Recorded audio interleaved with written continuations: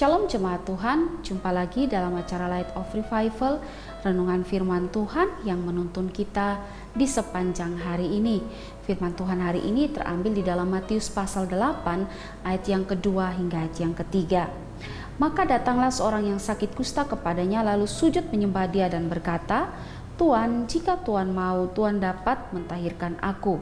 Lalu Yesus mengulurkan tangannya, menjamah orang itu dan berkata, "Aku mau, jadilah engkau tahir."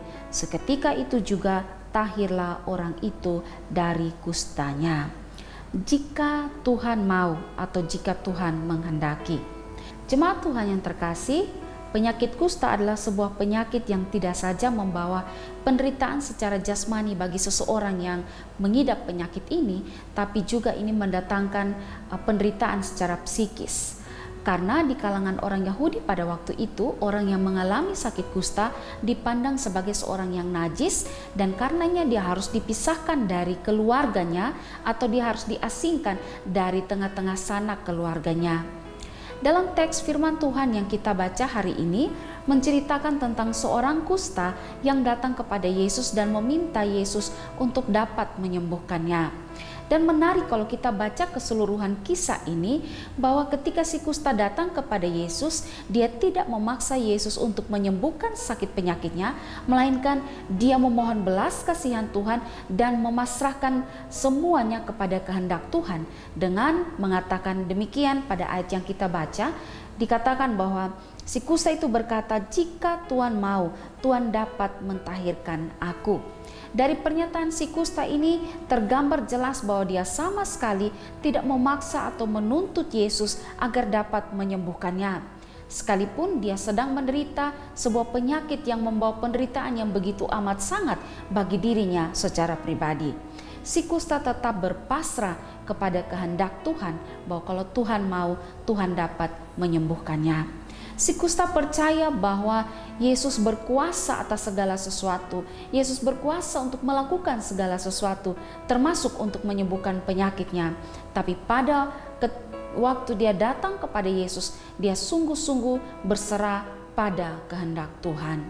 Saudara yang terkasih, dari kisah ini kita bisa belajar satu hal yang indah, di mana jangan sekalipun kita memaksakan kehendak kita kepada Tuhan.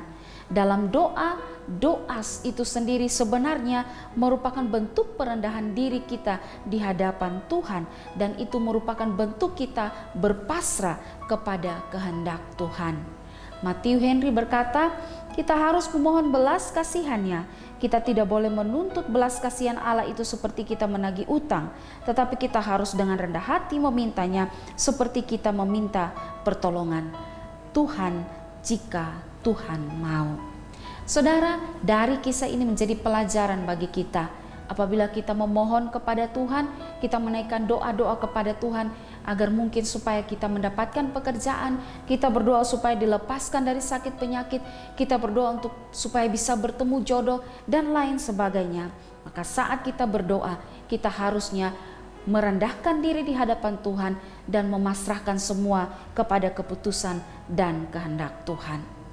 Memang benar, semua kita punya banyak permohonan, dan semua kita tahu bahwa tidak ada satu hal pun yang mustahil bagi Tuhan.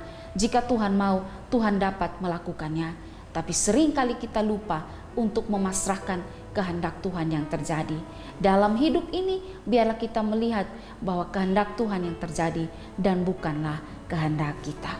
Saudara, marilah kita mempunyai iman seperti si kusta ini, yang dimana dia benar-benar ketika dia memohon kepada Tuhan, dia yakin bahwa Tuhan dapat melakukannya.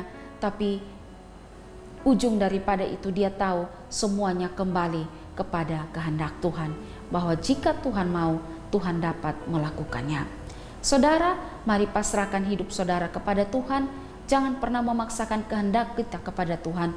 Biarlah kehendak Tuhan yang terjadi dalam diri kita, jika Tuhan mau. Amin. Mari kita berdoa. Kami bersyukur untuk firman Tuhan hari ini. Biarlah kami boleh belajar untuk beriman sungguh kepada Tuhan dan memasrahkan seluruh hidup kami dan permohonan-permohonan kami kepada Tuhan, bahwa semuanya kiranya seturut kehendak Tuhan. Terima kasih Tuhan. Amin. Jemaat Tuhan yang terkasih, mari jadikanlah firman Tuhan sebagai terang dan pelita bagi jalan hidup kita. Tuhan Yesus memberkati kita.